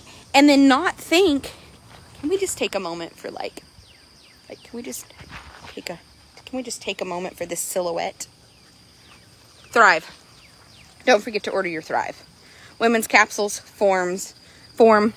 Do it. Because I'm telling you, as I have started to ride more, and I'm going to the gym, like I said, not very often. I haven't even really been able to go a lot lately. Maybe one day a week. I had planned on 3. And I did get to go a little bit more. But the last 2-3 weeks I've gone like 2 days, 1 day, skip 5 days, go a day. But I'm just telling y'all, take care of yourself. You only get one body. And I have made the conscious effort that I am not going to be continually gaining weight and not taking care of myself. Hi. So I just want y'all to know that we're going to follow the journey and get this little thing back to where she's 110%, because I want to teach you guys. I want to prove to them too that they were not only wrong about her, but that as humans that own animals, we need to do our very best by them, because they don't have a way to tell you, hey man, my back hurts. Hey man. So I want to show people, and we're going to start next week when I get back. I'm taking a little vacay. We're going to start by just letting everybody kind of learn, like, what are signs of ulcers? What are signs of sore hocks? Like, how are we going to address it? What are different things that we can do for horses to improve, like, their quality of life? And if you have performance horses, maybe you'll learn something, and maybe I can teach you something so that your horse's life is better for you following me. Because I often see people cull horses over problems that the human allowed to happen that they didn't address when it needed addressed. But I'm going to go ahead and start saddling horses. So I love you guys. I'm probably going to ride Squirt first this morning and just exercise him since I rode him last night. I'm just going to walk him. I'm not even really going to do much except for walk him and work on his turnarounds a little bit. And the reason I'm going to do it is because I feel like I want him to not be body sore. So I don't want muscle soreness to set in. I want to, he's got his magnetic sheet on. I'm going to go walk him, stretch him, work on his turnarounds, and then I'll bring him in the barn and put him on the TheraPlate and probably put the double loops on him. And the same for Spider. I'm going to walk Spider out, really work on his turnarounds, his stops, his backups, mostly just to keep his hamstrings loose since he's a calf horse. Calf horses get a lot of stifle and hamstring problems. I'll go live when I work on Spider because I'm also going to release his hamstrings through acupressure points that will release the tension in his hamstrings, and I'm also going to release the tension in his stifles with my hands. I'll show you guys that. I'm not saying I can teach you how to do it because I don't know how I know how to do it other than I had somebody show me and I learned from Phil. But the reason that I'm going to do it is because yesterday Spider got worked for the first time hard in a long time. He is fit, but not, he ran 10 head. He's not that fit. And what you don't want to do is say, oh, I rode him hard yesterday, so I'm not riding him today. I'm just going to give him the day off. That's the worst thing in America that you can do for a horse that you're getting fit, because, and I may just ride Squirt and pony Spider and then put Spider on the TheraPlate and work him with the loops. But if I leave him off today and I don't step on him and I don't make him get out here, he's going to build up lactic acid in his muscles and he's going to be even more sore tomorrow. And that's how you get a horse to where they get sore and they start to dread exercise, because they know every time you exercise them hard, then maybe the next day you're not going to ride them and the soreness sets in. So maybe I can teach you guys a little bit about pre and post workout recovery in horses. I trained racehorses. It's something that my entire life was professionals, Grand Prix jumping horses. I did barrel horses, but I trained racehorses professionally. Equiglobe imported Olympic quality warm bloods. And I'm going to tell you, they worked a lot on muscle recovery as well. And they were big on liniment baths and things like that. So were a lot of racehorse people. And I like liniment for a lot of things. I like ice over heat on legs, but and I like heat on the body and ice on the legs. And I can explain why. But I will tell you guys right now that I just want to start teaching. I want to share what I know. I'm not saying I know everything. I'm not saying I'm the greatest. I am saying, though, that I realized last night with this pony, there's a lot of uneducated people out there that are very ignorant in the horse industry, and the horses suffer because of other people's ignorance. And what I want to know is that the people that follow me aren't ignorant. Like, ignorance is not bliss when it comes to maintaining somebody else's well-being, okay? Like, if you want to be ignorant with your vehicle, it doesn't have emotions. It can't suffer. It can't get body sore. It can't go through emotional and physical trauma because of your stupidity, okay? And please know that I'm pretty hard verbally. A lot of people don't like that I'll say things like that, like, oh, don't call somebody stupid. They don't know what they don't know. Just listen, brace yourself, Karen, because my dad trains racehorses. He was very verbally hard on me my entire life. Hartmut, being German, very, very hard on me my entire life. And so in my brain, when it comes to care of horses, a lot of the things that I was taught that are just ingrained in my brain deep down are a little bit verbally fucking hard. So if you need a coach that tells you, like, good job, you got 8th place out of 9, good job, you beat one, I'm not your bitch. I'm gonna tell you, like, okay, you got 8th out of 9, so there's 7 people better than you. What do we need to do this week so that you can next week have only 6 people be better than you? Because the goal is to be number 1, not fucking 8th. And it's just a matter of, some people can take that, some people can, and I can. Like, when you fucking get on my ass, it motivates me. Some people, you get on their ass and they want to quit. They're like, fuck this, I don't want to do it. So I'm just letting you know, I am aggressive. I'm competitive. And I will say things, but just know that, and I want everybody that follows me to know this now. When I say things aggressively to my staff or to you or to the horses, it's because I know that they can be better. And Hartmut used to tell me, if I thought that you couldn't do better, I would stay silent. I would stay silent. And if I thought that you, as my followers, couldn't do better by your horses, I would stay silent and I would say, they're just not talented enough, or they don't. That's not a thing. If you start today, in 6 months, you will be so much better than where we are today. Me with my roping, you with your horsemanship, whatever it is that you're trying to do. If we all start today, in 6 months, where will we be? So use that food for thought. Sit down over lunch today. Think about your goals. Where do you want to be in 6 months in life? And it doesn't matter if it's in your relationship. It doesn't matter if it's with your horse. It doesn't matter where it is. What is it that you want to be doing 6 months from now? And when you start to train your brain that 6 months from now, I'm going to start working. I remember when I said I'm going to start working on my credit because I want to be able to go buy a vehicle and nobody co-signed for me. And this was when I was doing Lavelle, because I earned my first car and my credit was like I had never financed anything.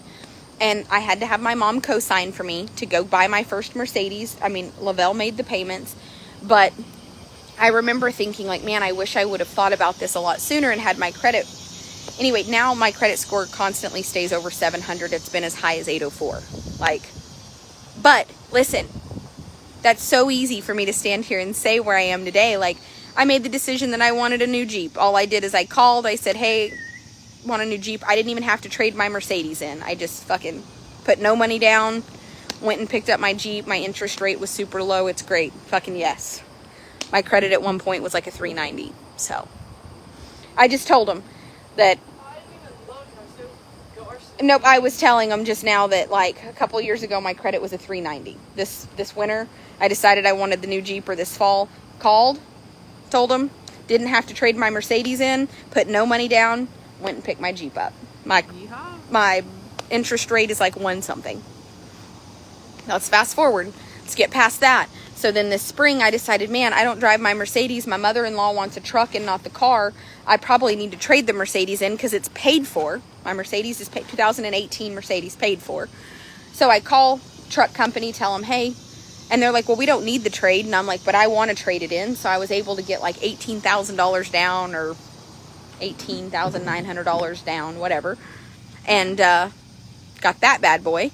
And not only did they deliver it here, my interest rate again is 1 point something. But there was a time in my life that my interest rate was 15% or 16% to buy a vehicle. And I couldn't even remotely, and I had to put like $8,000 down, and I couldn't wrap my head around that. And I had to call my mother and get her to co-sign as a fucking grown adult. I don't think I didn't have Tinley yet. So, I mean, this has been 5-6 years ago. And my mom had to co-sign for my car because I couldn't put $8,000 down and tote 16.9% interest or whatever it was. So all I'm saying is I wouldn't be where I am today if I hadn't made the decision that day. I am going to fix my credit and make my credit perfect so that I never have to do this again. Can you imagine if I would have just said, oh, I guess I'm just always going to have credit this bad and I'm never going to work on it. And yeah, can you imagine where I'd be? I mean, I wouldn't be here, that's for sure. I wouldn't have everything I have. So all I'm saying today is where do you want to be in 6 months? What does your life look like in 6 months from now? You tell me what it is that you think you want out of life, and let's start making an active effort every single day from now to 6 months from now to head in the direction that you want to go with your life. You want a rope? Pick up a rope. You want to golf? Pick up a club. If you want to start running and you want to better your health, download Couch from your couch to 5K and start every day just doing the bare minimum, and in 6 months you'll be the fucking goat at it, the greatest of all time. You can go run 5Ks with your friends and have a whole new group of friends that you didn't even know were available to you, because right now you've never probably been to a fucking 5K, so you don't know anybody that does that. But if you start Couch to 5K, once you kind of get there, even if you go walk the fucking 5K, go walk it, but meet people that walk it, meet people that have a little bit similar interest, go find friends that you can go walk with and then go have healthy lunches with. Because listen, when you start surrounding yourself by people that are out actively doing shit, instead of sitting at home on the computer or on the phone or being isolated, you start to improve your mindset. The greatest thing I ever did was get the fuck out of my house. I am afraid of people that say, I don't have friends, and I'll tell you why. It is not that I don't love you. It's not that I don't respect you. It's not that I don't get people to out and want to go fucking lock myself in my house. I do. But I didn't start to improve as a human until I started surrounding myself by people that were better than me. And being comfortable not being the smartest one in the room. Okay? When I started going to lunches with people that I had never met before, and I started having to talk and let things out, let me tell you, it has helped me tremendously. I am so much better of a person for that. So welcome to day one of the rest of your life. We're going to fucking fix it. We're going to do great things. And what I want to know from you is inbox me. Where do you want to be in 6 months? Where do you want to be in 6 months? And what can we start doing this week to get you on day one of the rest of your life plan? For me, downloaded Couch to 5K, started roping, started doing things that I'm completely uncomfortable with, that I have no idea how to do. And listen, I'm not pressed about it. I'm completely okay with being the worst at it right now, so that in 6 months I can fucking stand with everybody else and people will be able to say, like, she had never even roped 6 months ago. Like, can you believe? She had never even... And hey, on Couch to 5K with both of my ankles having screws, I promise you, this bitch ain't running nowhere, but I'm gonna jog. I'm going to jog at a fat girl pace that looks something like this because I have screws in both ankles. Tip!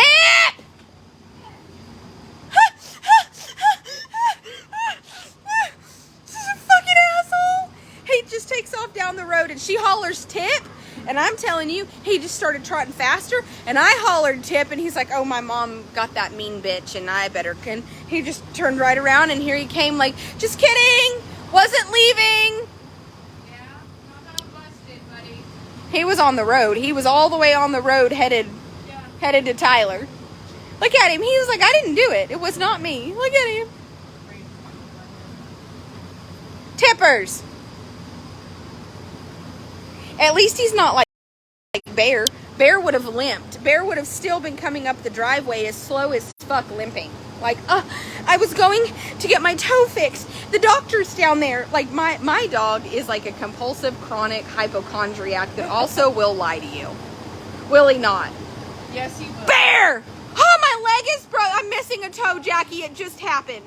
Yeah. This is new. This injury's new. I'm like, it's 5 years old. Bear's like, I'm not even 5. No, it's like 3 years old. And he's like, Jackie, I have to run down the road. It's necessary. My toe is down. Bear. Limping up. I love he tries to get after the goats and he'll get mean with the goats and you'll holler at him and the goat butted my leg off. It's broken. It was self-defense. You cannot run when you just it was self-defense. The other day he got after the little white goat and the white goat butted at him and Bear was like, "Rrr!" And Bear turned around and looked at me and he was like, Mom, it was self-defense. He was assaulting me with 2 deadly weapons attached to his head. And I'm like, Bear. That goat was minding the goats got in the house yesterday. Oh, jeez. I wish I would have saved the video. They followed me all the way in the house after trying to put Tip up. Ran into the spare bedroom, jumped on the bed, and I'm like, get out! And Bear's waiting, like, the goats were literally in her house and ran through the house from her and were on the spare bed, in the spare bedroom. Like, yes. I have no idea. I mean, they literally went in the house, ran through the house from her, ran into the spare bed and jumped on the bed. Spare bedroom, on the bed. She sent me a picture on Snap. I saved the picture of them running in the house, but I didn't save the video. Okay, I've gotten better at hitting save. Did you get my one for this morning? Just hit auto save. No, I haven't yet. Listen, Sir Tips-a-lot. Put your lipstick away. None of us need to see that. Jackie. Put it away. Tip, we are going to get you panties. Poor Tip. Mother's looking for a men's collar right now. Skeeter Peter Eater, stop it. She walks straight up to him and licks his wiener. What the fuck is wrong with dogs? Okay, today is day 1 of the rest of our lives. So what the fuck are your 6-month goals? What are we wanting to do? You want your credit better? You want to actually be able to go to places on a regular basis with people that you've never known before because you're ready to have human connection with real people? You want to lose weight? You want to feel better about yourself? Whatever it is, you just have to fucking do it. Confidence doesn't come free. The one thing I can tell you from sitting down at a table with a doctor, a lawyer, and a pilot, an anesthesiologist, a nurse practitioner, and all the things that I have sat down with recently, let me explain something. I have learned that confidence is not hereditary. You are not born with it. It is a decision you make. You wake up and you say, I'm bettering myself, I'm bettering my life, and then you don't stay in your head about it. If it takes you more than 10 minutes or 15 minutes to make up your mind, I want to recommend that you get a therapist. The best advice I was ever given was to go get a fucking therapist. And I went and got a therapist, and let me tell you now, I am the mentally toughest, strongest person, and I always have been pretty mentally tough. But it's I think that every adult human in America, right now, as high as we vibrate and as educated as we are, if you don't have a therapist, you're missing out. There is nothing wrong with therapy. There's nothing wrong with hiring a life coach. And there's absolutely nothing wrong with surrounding yourself by people that are better than you, that are absolutely better than you, so you're not the smartest one at the table, so that people constantly push you to be better than you are. It is called resources. It's called connections. It's called making life partners, and not just the person you lay down and throw that pussy at, okay? We're talking about Jackie. For me, is a life partner. I love her, but we have actively made the decision that this is my wife. I mean, I'm not licking any snatch. Jackie and I we're not vagina lovers, but Jackie and I do a lot together. We sit down every day and have a meal together. And so right now in our life, this is somebody that's a life partner for me. We have made an active decision to respect each other, to respect each other's boundaries, each other's mental health. It's such a great relationship because we treat each other like a life partner. And we build each other up. We build this business together. We build each other up together. We have to have similar goals and similar focuses because, listen, this is somebody that I do life with 7 days a week. She's around my child. She helps to co-parent my child. She is a bonus mom to my child. And when I say things like that, people freak out like, oh my God, Jackie's fucking Jacob? No. I mean, her butt cute though. I mean, like, but no. Like, no. Like, this is somebody that is a bonus individual in my child's life, and my child has to be around her 7 days a week. She picks my child up, puts my child in the car seat, eats meals with my child and I have enough respect for Jackie to allow her the privilege. Okay, it's a privilege. Tinley, being in Tinley's life is a privilege. I allow her the privilege to access to my child. But it's a privilege for Tinley to be around another mentally competent human that wants what's best for her, that loves her like family, treats her like family, and will also reprimand her when she's wrong like family, so that my child learns clear, concise boundaries, not only with me as a mom, but also as people that are not your mom. And the moment that we start realizing that it's not, that life isn't what we think it is. Life is about connection. There are people in my life that I sit down and have meals with, that I have some of the deepest conversations with, and a jealous, shallow motherfucker would say that's emotional cheating. Your relationship with Mark is emotional cheating. I had somebody tell me that. I said, emotional cheating? He is 58 years old, and the last thing I want to do is take him home. What the fuck are you talking about? And they're like, oh, my spouse would never allow me to have that connection with somebody of the same breed. I mean, opposite sex, same breed. Gosh damn it, my brain.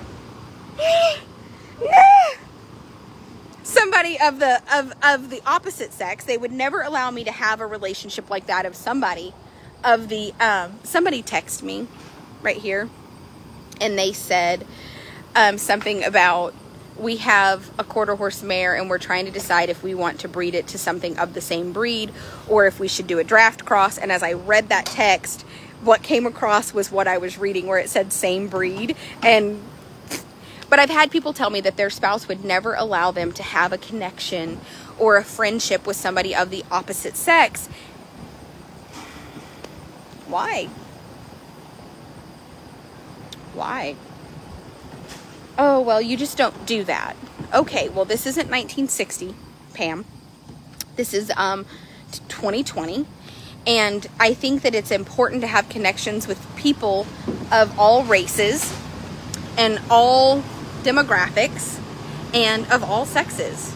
Some of my, I used to say it takes one person to have it, two people to have a child, but it takes a community to raise a child. That's right. It takes two people to make the child. It takes a community to raise it. I believe in that. And you know what? It takes a community for us. And this is the truth. As humans, we used to be in tribes. We used to be in groups. We used to be in community. And as the internet has come around, a lot of us stay in our homes. I am the first one to isolate. And I'm going to tell you, the more that you isolate yourself and the more that you stay in your head and you don't address your problems and build relationships and sit down and have healthy conversations and have check-ins, honest to God, the more isolated you become. I went through a phase to where people celebrated that with me. They were like, oh, we all need mental health. My staff that I had last year, throughout the year, they were all introverts and they didn't like people. And yeah, that was true. All of that was true. Except for what I started to realize is it's because all of those people struggled to have healthy connections with people because of their own problematic behavior. And we would all make excuses for our well, I don't really like people, so I don't have to. And it gives you the ability to have an excuse for why you don't have to be good to people and why you don't have to address your vices and your problematic behavior, because the answer for you is to retreat to your home, to solitude, to where you don't have to answer for your actions. Now, hold on. We all say, well, it's not that, Tara. It's that I've been hurt by people over and over and over again, and I don't want to put myself out there because people hurt me. Stop surrounding yourself by shit humans, because the world is full of amazing people. So imagine if I had allowed one shit staff member to make me so jaded that I was like, I'm just gonna make my business so small that I can do it by myself with absolutely no help, because I'm not subjecting myself to any new staff members because I have been hurt by staff members. So I'm just gonna cull. I'm gonna get rid of this place. I'm gonna go build like a 5-stall barn and a little round pen, and I'm just gonna do. Can you imagine what what would regress from here if I said that the answer is I'm never going to put myself out there and I'm never going to allow anybody to hurt me again. I'm just going to isolate myself. I don't want any more staff members. I don't want to meet new people. My staff have hurt me. They have used me. They have talked bad about me. They've left here and drug my name through the dirt after all that I've done for them. They have treated me like absolute shit. They have taken advantage of me. They didn't take care of the horses. Like, nobody will do it like I want it done. I quit. No, I don't even, like, I rebuke everything I just said, universe, please. It was just hypothetical. Don't take any of that. I don't want to regress. We're getting bigger. We're bringing more people into our life. We're amazing. We're growing every day. I love people. I love connection. I love to bring healthy people that are mentally fit into my life. Like, hypothetically speaking, everything I said I rebuke because I don't want anything that I said.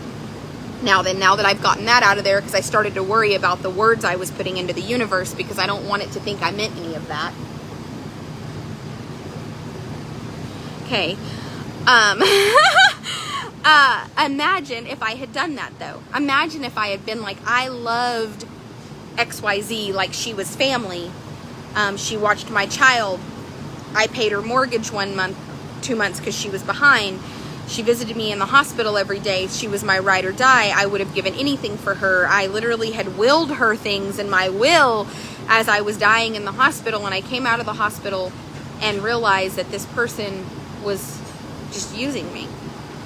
And that my horses weren't taken care of. And that they were really a snake in the grass. And that they had put on a very fake facade for months. And it was not at all who I thought they were or what I thought they were, and I was heartbroken, and I mourned the loss of that relationship when I got rid of it, because it was gut-wrenching, because I was so in love with that person and what I had pictured them to be as my friend, as somebody that I was going through life with as a partner, and somebody that ran my business, helped me run my business, and was my barn manager and my farm manager. Imagine how I felt, and imagine if I had allowed that hurt to hurt me so bad that I just quit. But new staff came, and some of them had problems, and some of them hurt me, and some of them did things that were gut-wrenching, and drug addictions, and lying, and stuff going missing, and there was a whole new set of, the tractor got wrecked, and somebody was using it as their beer wagon because they were drunk all the time and didn't have a vehicle. And just imagine if I had allowed every one of these scenarios, because everybody wants to talk about like, oh, it's a revolving door. Yeah, because I was just trying to bring people in constantly that needed me to help them. And as grown adults, sometimes we need to stop bringing in people that we need to help and start bringing in people that are mutually going to help us back. We pour into their cup, they pour back into ours. But I just kept persevering. Yes, it was a revolving door, and it was emotionally exhausting for me. And with each new person, I would be more and more hurt and feel less and less confident. And I became more and more depressed, and I wanted to isolate myself more and more. And my mental health got worse and worse. And by the time Christmas came around, it was bad. And then I went on the Gage podcast, and then the hate group just absolutely attacked that. And it was something I was so proud of. And my mental health got even worse. And the people around me were draining me and just draining me, and the conversations were always about what other people said and just very shallow, and nothing was feeding my soul, and I just was ready to quit, and I wanted to quit. And I told Jacob, I don't want to be in this relationship with you, and I don't want this staff anymore, and I'm just done. I fucking just want to quit. Let's sell everything and be done, and we'll just divide it down the middle, and I just want peace. Okay? That's where I was. I just want peace. I want nothing. I'd rather have, 6 months ago, no, 4 months ago, 4 months ago, 4 months ago, I wanted nothing. I wanted nothing more than to sell everything on this place and to take my half, and to get an apartment or a little house, because I own enough shit here that I probably could have just put half down on a little house in town, and I wanted to just go bartend or do anything to where I could I wanted to lock myself in my house and do nothing except for the bare minimum to get by, so that I could just spend time with my child and never have all the problems I had again, because I was so overwhelmed that the thought of having nothing felt better than to fight the fight I fight every day to have what I have and to grow, because I was in such a bad place mentally, because I had surrounded myself by people that milked me fucking dry. Emotionally, spiritually, financially, physically, I was exhausted. And then I sat down and I learned. See, I have a friend that's an atheist.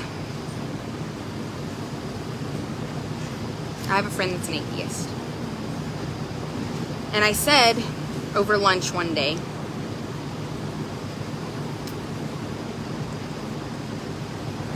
I'm just done. Like, I don't know what God wants for me, but I can't imagine this is it. And he laughed and he said, like, there's a God. And I said, well, there's a universe.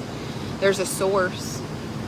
And he said, go lock yourself in the fucking closet from the outside on the inside with nobody around, and leave your cell phone on the bed and pray to God that he'll come open that fucking door. He said, God's not showing up for you. God's not showing up for anybody. I didn't know how to rebuttal that.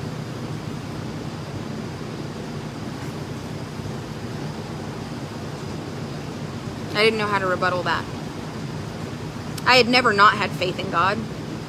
I had never not, and I mean, I'm not a pastor, I'm not a preacher, I'm not a fucking Bible thumper, you know? I mean, like, I believe in God. I believe that Jesus died on the cross so that my sins were forgiven before I ever fucking sinned, okay? But that's also scary, because we also as humans start to believe that we can be forgiven for anything, because Jesus, as long as at the end of the day I repent, like, I can fucking kill your brother and be forgiven. So that's also scary as humans, because I think that that's a biblical downfall, that we believe that by repenting and believing in Jesus and the Father, the Son, the Holy Spirit, and somebody died on a cross, that we can get away with fucking murder and we're going to be forgiven.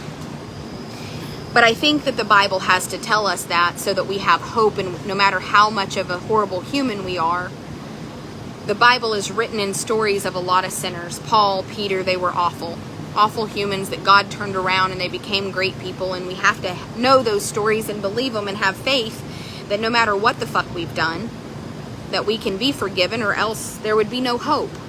So I think the Bible is more a book based on hope, so that we don't lose hope, so that we don't have a lot of suicidal motherfuckers killing themselves and other people. At least that's what my atheist friend has preached to me, and I believe that.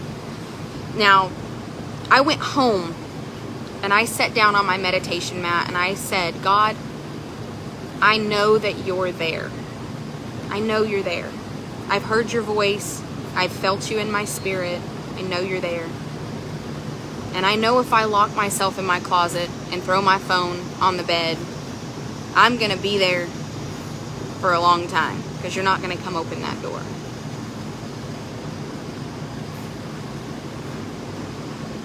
So right now I need some proof that as I sit in that dark closet, worried, alone, isolated, like that the door will miraculously open. You know, like you're going to send divine intervention and that lock will pop and the door will fly open and it'll be a miracle. The clouds will part and the, you know, God parted the seas, right? So like you can pop the lock on that door.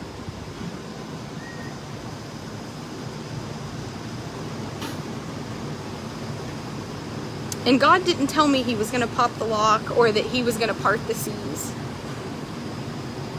God said,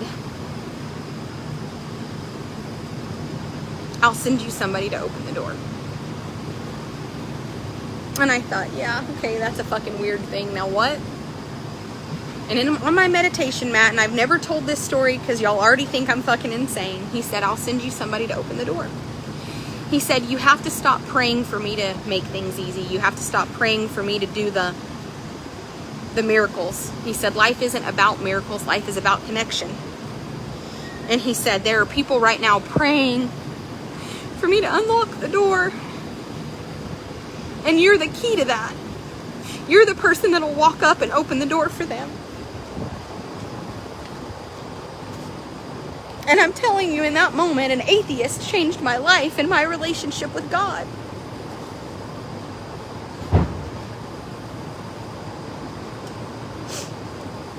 Ugh, I didn't think this is where this was going, you guys. The fuck, you got me crying on a fucking Tuesday morning.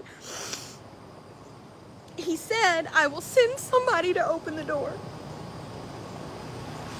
No, if you lock yourself in the closet, you fall down the well, what the fuck ever. God is not going to show up as God. He's not going to make the rain come and the well fills up and you'll float to the top. It's not going to happen like that. But you have to stop isolating yourself from people, because God can't send somebody to open the door if you've shut everybody in the world out. See, the problem with it is nobody would know I was in that closet, because I've shut everyone out of my life and isolated myself to the point that nobody knows I'm missing. Man, I hate people, you know? I hated people. I sat on that meditation cushion and I chewed on that and I chewed on that and I thought about that. But God said he would send somebody to open the door, but he also told me that there are people out there that are sitting in that closet praying the door will open. And it's me that needs to open their door.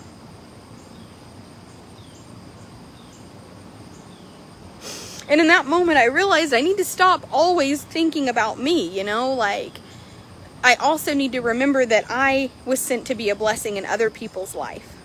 People were sent to bless me, I was sent to bless them, and that life is about connection. And I'm telling you that the best thing you can do, especially if you're an introvert and you have been hurt and you hate people and you think that they're all fucking sorry, is you have to remember that you not only need somebody to show up to open your door, you have to show up for other people to open theirs. And this may not mean a damn thing to any of you, because some of you might not be where I was in March, to where you just wanted to be done. I would rather have nothing than to continue the struggle of what I'm going through on an everyday basis. And since that day, when I meditate, I hear voices and I hear my guides clearer than I've ever heard them. And people have come into my life that need me. Maybe not forever. Maybe just for the moment. Maybe just to be their life coach for just a second. But I've had people come into my life that need me as much as the horses need me. I've had people come into my life that when we sit down, their life is a mess and they can't get out of their head and they just need me to tell them that it's okay and to help open their door. Because another thing that, as I meditated on that, sitting in that dark closet with the door locked, isolating yourself from everybody, it's a lonely, lonely, scary place. And when you learn that somebody will come open that door, they're also blessed. You have to remember not to block people's blessings. Sometimes people are so afraid to ask for help. They're so afraid to build a connection. They're so afraid. But every time that you isolate yourself and you block yourself from other people, you block those people's blessings. I can tell you that Tylen has been a blessing. Jackie has been a blessing. Teddy has been a blessing. Last night, I hate to be touched, man. I'm funny. I will not let a motherfucker touch me that I wouldn't build a life with. And I know that sounds funny, but like, Jackie's a life partner. She wants a hug. Fuck, I'll man up and hug her. But I feel like when you touch people, you share your energy, you share your vibration, you share where you are in that moment. And I'm funny. I'm funny. And I'm going to tell you right now that the first thing I did when I got out of that truck is I went straight to Teddy and I gave him the biggest hug that I could give a human, because I could just hold space for his energy, his drive, his kindness, his motivation. And every day, a 25-year-old kid from Huntsville area, Texas, that I don't know for a lifetime, but I feel like I'll be best friends with him for the rest of my life, fills my cup up just a little bit, because he shares motivation and he's grinding and he's on the grind and he's working and he gets up every morning and works and he's hustling and he's buying hay to resell. He's coming up to get shavings from my shavings man to take down to that area to resell for way more money. Listen, he grinds. And he reminds me that that's important. That's also important, to wake up every day and provide for yourself and the people around you. and he does a great job by me. My horses that he has, he's done an amazing job.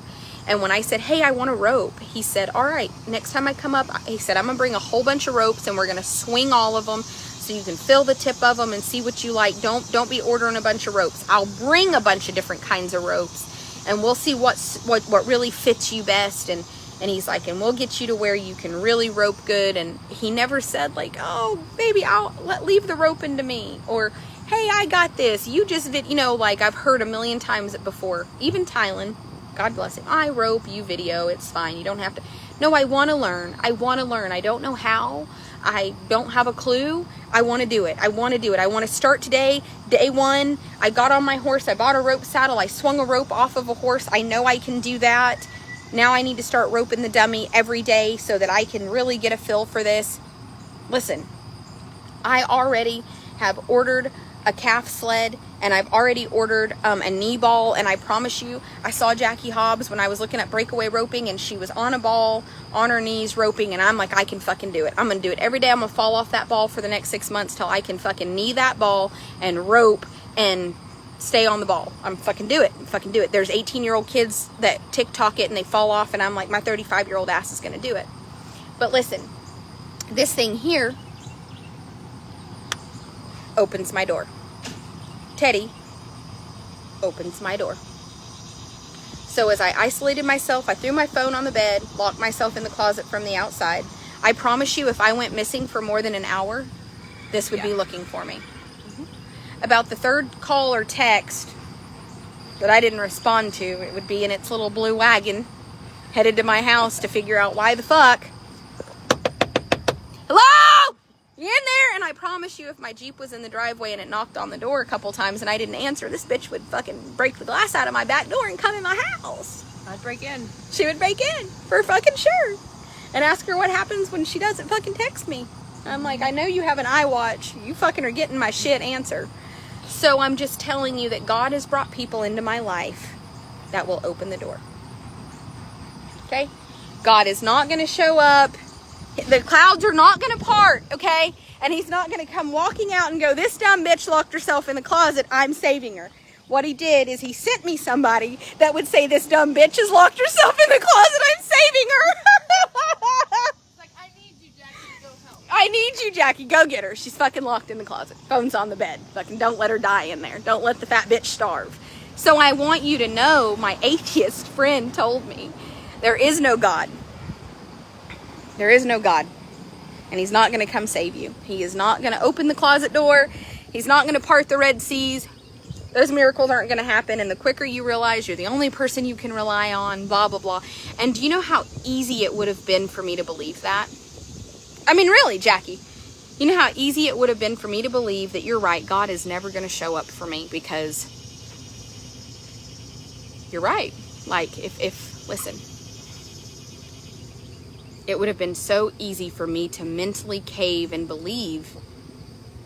I was in a bad place mentally as it was, and that person, but I'm going to tell you, when I meditated and I said, God, I give this up. I know you're there. You have shown me more times than I could ever imagine that there is divine intervention and that you will send me a blessing, and that when I receive that blessing, I need to take it. I need to take it. I need to make the most of it. You're right. I am not going to show up and open the door, but I will send somebody who can. And that's when I realized that my life is going to be based on the connections I make with people, and that it is important from this point forward. I'm telling you, we have been so good about customer service, about trying to make sure that our customers are taken care of. My entire outlook in that conversation changed in the way that I handle my customer base. Because every horse on this place, I feel like, is locked in a closet. And the people who purchase horses from me are the person that God sent to open the door for that horse. And knowing that those people are blessings, those people are true blessings. I'm not going to block their blessing. I am going to let them buy these horses, give them amazing homes. Look at me after I cry. I look like fucking I got stung by a bee or something. And I'm not going to block their blessing, but listen, I'm going to be a blessing in return, because those people, when they show up and purchase the horses, are also opening doors for me. And I realized, we've all heard it, right? Oh, somebody opened that door for you. Like she wouldn't be where she was if so-and-so hadn't opened the door for her. But wait a minute, you guys, what God taught me in that meditation is that's the point of life, is to not do things alone, to build connections with people that make your life easier, to build connections with people that when you call them on the phone and you say, hi, this is who I am, I'm looking for a horse for my kid, your connection is me. And I can open the door between you and the horse that is going to teach your kid. I can open the door between you and the horse that's going to be your forever partner. I have the ability to open doors. You have the ability to purchase from me and open a door for these horses so that they get amazing quality homes. Like that verbiage of somebody opened a door for me. I would not be where I was if somebody didn't open the door. We've all heard that adage, right? We've all heard that. But we never put two and two together. See? The people that open doors for you, that make your life easier so that the door was open so you could walk through it, are blessings from God. It's not a hand up. It's not a come up. It's not a, oh, she didn't have to work hard for it because her father opened that door. There are people in this world that in past lives have absolutely deserved to come into an easier life this time. So don't be jealous of people that had it a little easier than us. I didn't have it easy. A lot of you didn't have it easy. And people will say, oh, they only have what they have because their parents opened that door for them. Anybody can open the door, though. It's you have to walk through it. You have to build the connections on the opposite side, and you have to have the work ethic. I mean, imagine saying, oh, well, her dad was an alumni at that college, so of course she got in. He opened that door for her. But she still had to show up and go to class every day. She still had to bust her ass. It's like somebody that buys a 1D finished barrel horse, and people say, oh, well, if my parents bought me a $50,000 barrel horse, I could win the world too. Could you, though? Because you have to get up every day and ride him. You have to get up every day and keep him tuned. You have to remember that you're stepping on a horse that somebody else put the hard work into. That's the end of that, you guys. Like, it just because the door was opened doesn't make the work on the other side of it any easier. But let's stop being critical of when doors are opened for people in any fashion. That their parents bought them the high-end horse, that they had a connection. Oh, the boss likes them better and opened that door for them. That's a blessing. Let people bless people, and let's focus on how we can start opening our doors, your door, my door, the next person's door. Let me, if you're looking for a horse, open your door. And let me tell you something. If you need help with your current horse you have at your house and you're stumped, message me. Let us help you open a door. But let's start remembering that we all get isolated in the closet. We all drop our phone and we're locked in that motherfucker. And let's start surrounding ourselves by people that recognize from intuition, God-given intuition, that there is a problem. There's a problem, and they need to open the door for you. But if you don't make good connections and have friends and lots of people and let people love you, nobody can open the door for you. Nobody can open the door for you. Nobody can open the door for you. Build connections. Put yourself out there. If you're hurt and you need to talk, let me tell you something. Start making friends. Start talking. Because what I've learned is our blessings are based on how many doors, I'm telling you. And the door for somebody might be as simple as you needed to hear this conversation because today you were feeling like you're locked in the closet and you are starting to aha moment. And this conversation will give you a little bit of faith or life or whatever, and God will bless me for it. I opened a door, God will bless me. And I've just had to learn. There's tricks to life. There's a game at life. You have to learn how to play it. And part of it is building connections with sound human beings that will help you to open doors.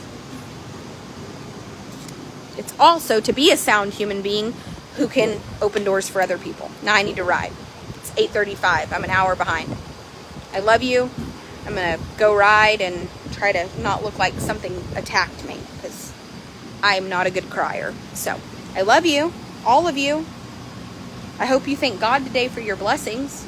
I hope that you take time to try to open a door for somebody. And I hope that when the time comes You allow people to open doors for you.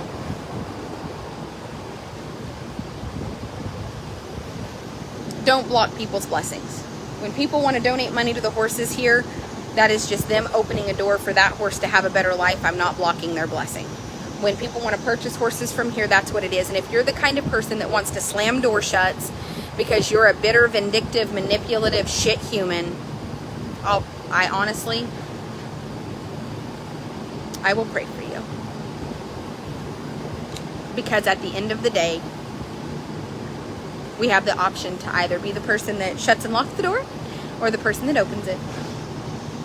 Let's work every day to be the human that opens doors for people and allows people to open doors for us, because it is such an important connection. So, what an odd turn this took. God has a wonderful sense of humor. Bye, you guys.